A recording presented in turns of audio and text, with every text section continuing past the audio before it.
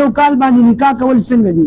اکثر ملګري په ټیک ټاک کې نن سبا داسې ماحول جوړ دی چې لایف راشي، بعضې هلکان وي یا بعض جینکۍ یو بل ته وایي چې ته زما قبولې 3 پیرې ووایي او هلک وایي ته ما ته قبول جینۍ وایي ما ته ځان درکړو. آیا دې سره نکاح کېږي او که نه؟ او دې سره یو 2-3 مسلې نور هم دي انشاءالله هغه ذکر کوو. کوشش وکړئ ملګرو چې دا ووایي چونکې دا د موبایل دور دی چې دا مسله ووایي ملګرو سره شیر کړئ.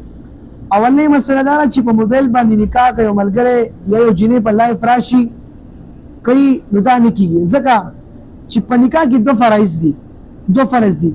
یو په نکاح کې ایجاب او قبول، دویم چې کوم دی ګواهان 2 کم از کم 2 سړي به وي.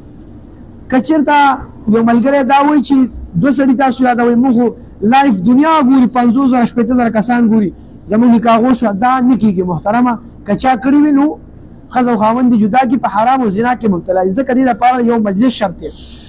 دویم مسله دا ده که چېرته یو ښځه او خاوند نکاح کوي نو آیا په موبایل باندې یو چا اختیار ورکوي سړی هغه دا وایي چې ما فلانکي له خپل اختیار ورکړو زما نکاح وتړی، دا ټیکېږي که نه؟ بلکل ټیکېږي چې سړی خپل ځان له طرف نه بل سړی وکیل کړي نکاح صحیح شو.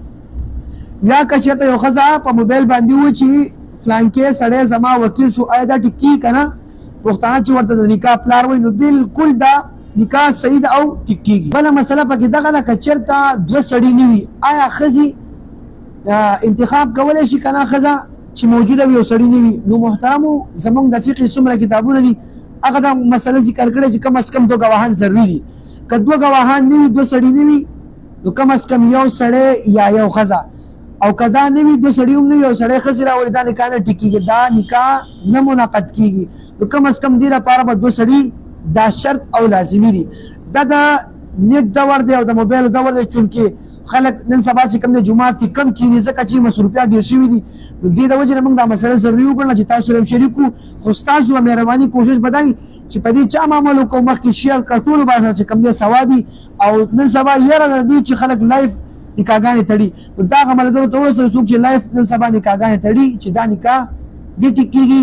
الله رب العزت دې زموږ او ستاسو زندگی د محمد رسول الله صلی الله علیه وسلم په طریقه باندې روانه کړي. آمین ثم آمین یا رب العالمین.